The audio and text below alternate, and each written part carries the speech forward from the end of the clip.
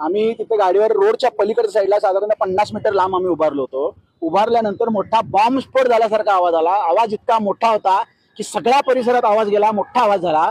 आम्ही जवळ यायलाच 1 मिनिट 2 मिनिट लागले असतील, इतके धुराचे लोट होते. कोणालाच काही कळायला तयार नव्हते की काय झालेलं आहे.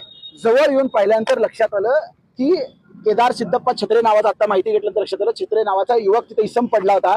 त्याचे जागेवर दोन्ही पाय तुटले होते. स्फोट इतका भीषण होता. आजूबाजूला कोणी लोक नव्हते. माहिती घेतली, 15-20 मिनिट अँब्युलन्सला फोन करतो, तो अँब्युलन्स नाही आली. कुणीही घेऊन जात नव्हतं. सगळं बघायची भूमिका घेत होते. फोटो व्हिडिओ काढत मग नव्हते. माझी गाडी होती तिथं, त्याला चादरमध्ये गुंडाळलं आणि माझ्या स्वतःच्या गाडीमध्ये नेऊन मी सिव्हिलमध्ये त्याला ऍडमिट केलं. ऍडमिट केल्यानंतर माहिती मिळाली की त्याचा मालक जो आहे फुले, तो इथं सहारा गन हाऊस म्हणून त्याचं दुकान आहे आणि छर्ऱ्याच्या बंदुका तो विकतो करतो, सप्लाय करतो आणि त्याच्यासाठी लागणारे जे गंधक आहे, मटेरियल आहे, जे स्फोटक ज्याच्यामुळे आवाज होता मोठा, त्या गंधकाचा स्फोट झाला असं मालकाचं म्हणणं आहे. आणि मी जेव्हा प्राथमिक त्याच्याकडनं माहिती घेतली तेव्हा त्यांनी असं सांगितलेलं. परंतु मला असं सांगायचं आहे की इथं आजूबाजूला एकच माणूस होता म्हणून 2 पाय तुटले. आजूबाजूला जर इतर लोक असले असती तर परिस्थिती अतिशय बिकट झालेली असती.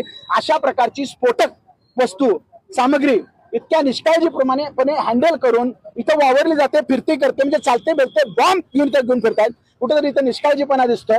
अशा लोकांवर मोठी कारवाई झाली पाहिजे आणि अशा प्रकारचे स्फोटक वस्तू आहेत त्याची वाहतूक करताना प्रशासनाने थोडेसे निर्बंध घालून काळजी घेतली पाहिजे असं मला वाटतं.